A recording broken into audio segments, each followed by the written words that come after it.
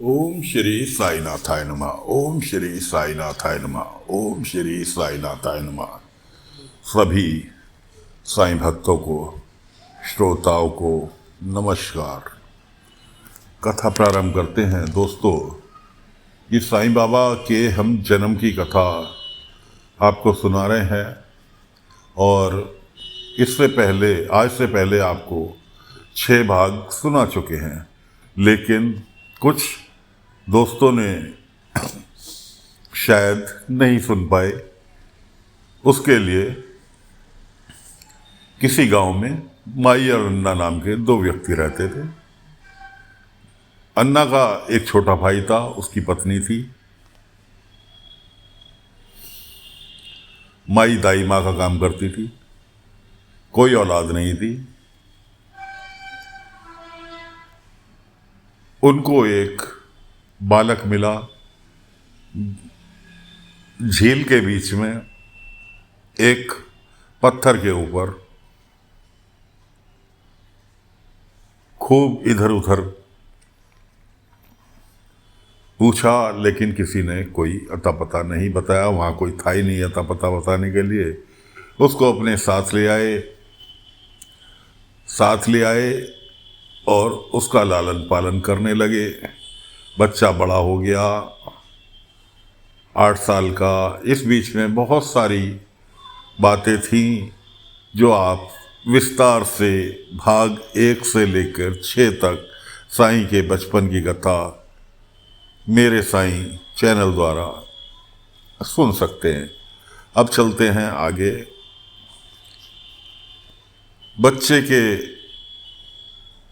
जादुई चमत्कार देखकर एक साधु बाबा प्रभावित हुए और बच्चे को भिक्षा में मांगने के लिए माई के पास आ गए।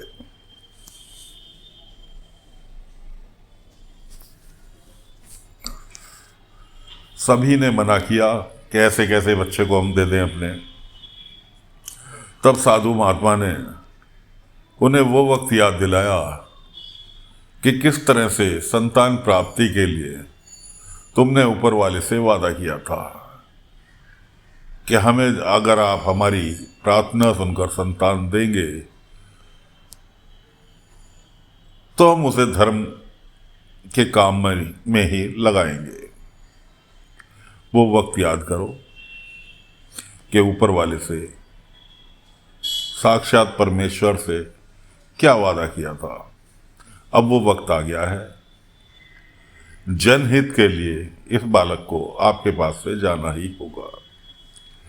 माई और अन्ना ने, दोनों ने उस वक्त को याद किया, कैसे उन्होंने भगवान से प्रार्थना की थी कि अगर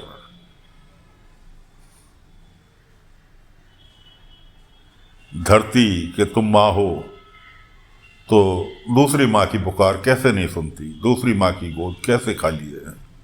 इस तरह से प्रार्थना की थी। खैर, बड़ी मुश्किल से माई और अन्ना बालक को साधु महाराज के साथ भेजने के लिए राजी हुए। 8 साल के बालक जाने की कोई ना दुख ना कोई खुशी। बालक को तो खुद इतना एहसास था कि जन कल्याण के लिए उसका जन्म हुआ है। माता पिता को, माई और अन्ना को रोता बिलखता छोड़ के बालक साधु महाराज के साथ विदा हो गए। अब साधु महाराज ने ले जाकर उन्हें अपनी कुटिया पे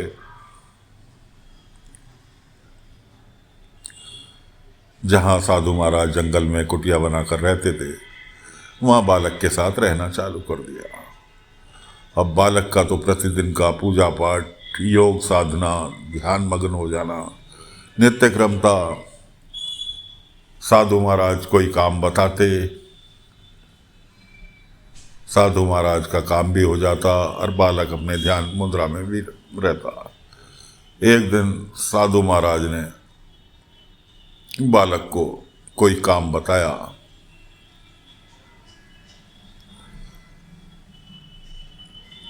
और कहीं काम से चले गए, वापस आए तो कुटिया में देखा बालक ध्यान मुद्रा में व्यस्त था। बाहर आकर देखा तो बालक उनका बताए हुए काम अनुसार सामने खड़ा था। एक बालक के दो रूप देखकर साधु महाराज के तो पसीने निकल गए कि मैं इतने दिनों से तपस्या कर रहा हूँ, संन्यास लिए हूँ, मैंने आज तक कभी मेरे में इतनी शक्ति नहीं आई कि मैं दो रूप रख सकूं। बालक से पूछा कि गुरुजी, आपने जो काम बताया वो काम मेरे लिए करना जरूरी था, उसके लिए मैं यहाँ हाजिर हूँ, और जो मेरा परम लक्ष्य है उसकी प्राप्ति के लिए मैं वहाँ हाजिर हूँ। साधु महाराज के पसीने निकल गए। साधु महाराज कहने लगे कि बेटा, आज तक का साथ तुम्हारा मेरे साथ था, आज के बाद तुम्हारे गुरु कोई और होंगे।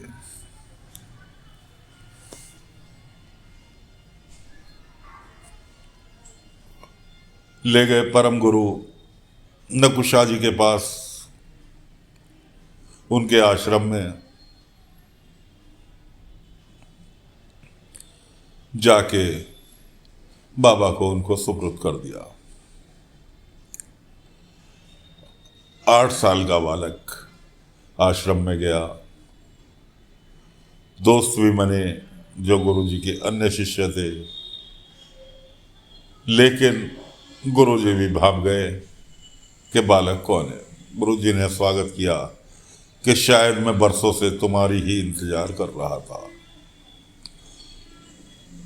तो साथियों, फिलहाल 8 साल के बाबा पहुंच गए शिक्षा दीक्षा के लिए अपने गुरु के पास। फिलहाल कथा को यहीं पर विराम दे रहे हैं। आगे की कथा अगले अंक में लेकर फिर हाजिर होंगे। जिस प्रकार इस बार आपको प्रतीक्षा करनी पड़ी, उम्मीद है आपको प्रतीक्षा नहीं करनी पड़ेगी। प्रतिदिन बाबा के जन्म से लेकर बाबा के समाधि लेने तक की कथा आपको विस्तार से सुनाएंगे। श्रृंखला बहुत लंबी चलनी है, इसलिए अपना साथ बनाए रखें, श्रद्धा सबरी बनाए रखें। ओम साई राम, ओम साई राम, ओम साई राम।